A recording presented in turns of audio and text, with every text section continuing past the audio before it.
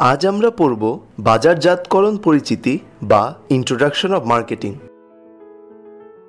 এখন চলো শুরুতেই বাজারজাতকরণ সম্পর্কে কিছু কথা জেনে নিই। লাভজনক উপায়ে ক্রেতা বা ভোক্তাদের সন্তুষ্টি বিধানের প্রক্রিয়াই হলো বাজারজাতকরণ। বাজারজাতকরণের জনক ফিলিপ কটলার, যিনি আমেরিকার অধিবাসী। বাজারজাতকরণে ক্রেতাদের জন্য সৃষ্টি করা হয় ভ্যালু বা সুবিধা এবং বিনিময়ে বাজারজাতকারী যে ভ্যালু গ্রহণ করে সেটা হলো মূল্য। যুগে যুগে বিভিন্ন মতবাদের সৃষ্টি হয়েছে বাজারজাতকরণে। সেগুলো হলো উৎপাদন মতবাদ, পণ্য মতবাদ, বিক্রয় মতবাদ, বাজারজাতকরণ মতবাদ, সামাজিক বাজারজাতকরণ মতবাদ এবং সামগ্রিক বাজারজাতকরণ মতবাদ। এখন আমরা প্রত্যেক মতবাদ সম্পর্কে সংক্ষেপে কিছু তথ্য জানব। প্রথম এবং প্রাচীন মতবাদ হচ্ছে উৎপাদন মতবাদ বা প্রোডাকশন কনসেপ্ট, যার মূল কথা হচ্ছে উৎপাদন পদ্ধতি। দামে সস্তা এবং সহজলভ্য পণ্য উৎপাদন করার কথা উল্লেখ আছে এই মতবাদে।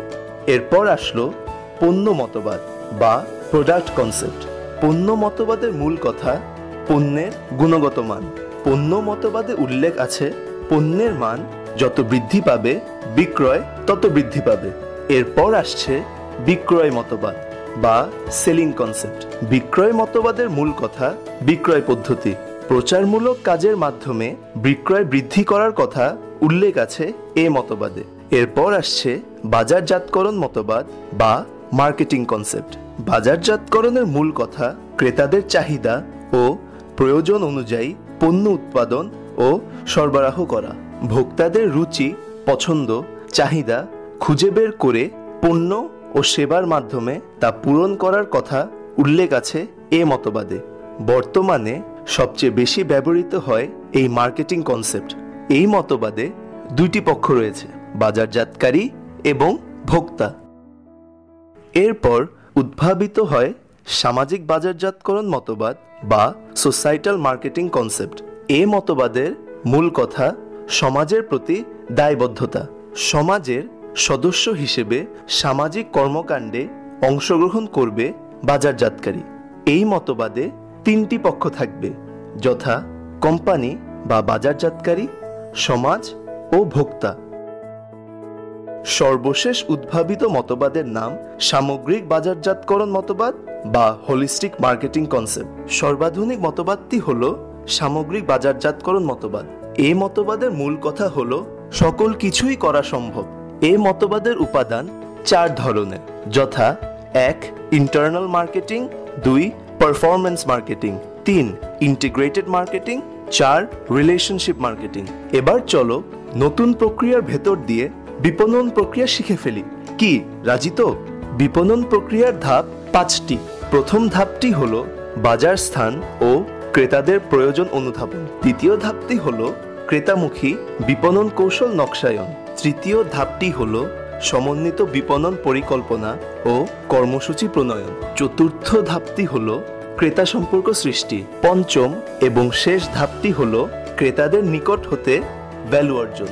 এবার শিখব বাজারজাতকরণের মৌলিক বিষয়সমূহ, যেগুলো 5 ধরনের, যথা প্রয়োজন, অভাব, চাহিদা, বিপণন অর্পণ, পণ্য, সেবা এবং অভিজ্ঞতা, ক্রেতা ভ্যালু ও সন্তুষ্টি, বিনিয়োগ ও সম্পর্ক এবং বাজার।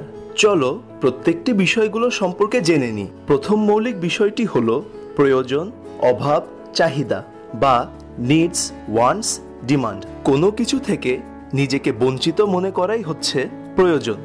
যেমন খাদ্যের অভাব, পানির অভাব মনে হওয়াটাই প্রয়োজন। প্রয়োজন যখন কোনো নির্দিষ্ট কিছুকে নির্দেশ করে তখন সেটি হলো অভাব।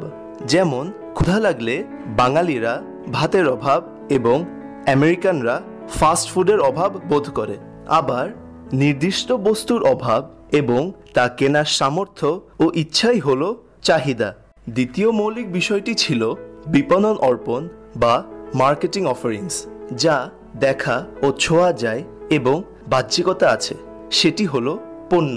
যা দেখা ও ছোঁয়া যায় না কিন্তু অভাব পূরণ করে তা হলো সেবা। এবং কাজের মাধ্যমে বাস্তব জ্ঞান বা দক্ষতা অর্জন করাই হলো অভিজ্ঞতা। তৃতীয় মৌলিক বিষয়টি হলো ক্রেতা ভ্যালু ও সন্তুষ্টি বা কাস্টমার ভ্যালু অ্যান্ড স্যাটিসফ্যাকশন। পণ্যের মান, সেবা ও মূল্য সম্পর্কে ক্রেতার মনোভাব বা ধারণাই হলো ক্রেতা ভ্যালু। ক্রেতা সন্তুষ্টির পর্যায় হলো তিনটি। যখন কোনো পণ্যের পারফরম্যান্স ক্রেতার এক্সপেকটেশনস থেকে কম হয় তখন ক্রেতা ডিসস্যাটিসফাইড বা অসন্তুষ্ট হয়। আবার যখন পণ্যের পারফরম্যান্স ক্রেতার এক্সপেকটেশনসের সমান হয় তখন ক্রেতা স্যাটিসফাইড বা সন্তুষ্ট হয়। এবং যখন পণ্যের পারফরম্যান্স ক্রেতার এক্সপেকটেশনস থেকে বেশি হয় তখন ক্রেতা ডিলাইট বা অত্যন্ত খুশি হয়। সর্বশেষ দুইটি মৌলিক বিষয় হলো বিনিময় ও সম্পর্ক এবং বাজার বা exchange and relationship and market. কোনো কিছু প্রাপ্তির বদলে অন্য কিছু প্রদানই হলো বিনিময়। সকল পক্ষের সাথে দীর্ঘকালীন সম্পর্ক সৃষ্টি করাই হচ্ছে সম্পর্ক ভিত্তিক বিপণন। একটি পণ্য বা সেবার বর্তমান ও সম্ভাব্য ক্রেতার সমষ্টি হচ্ছে বাজার।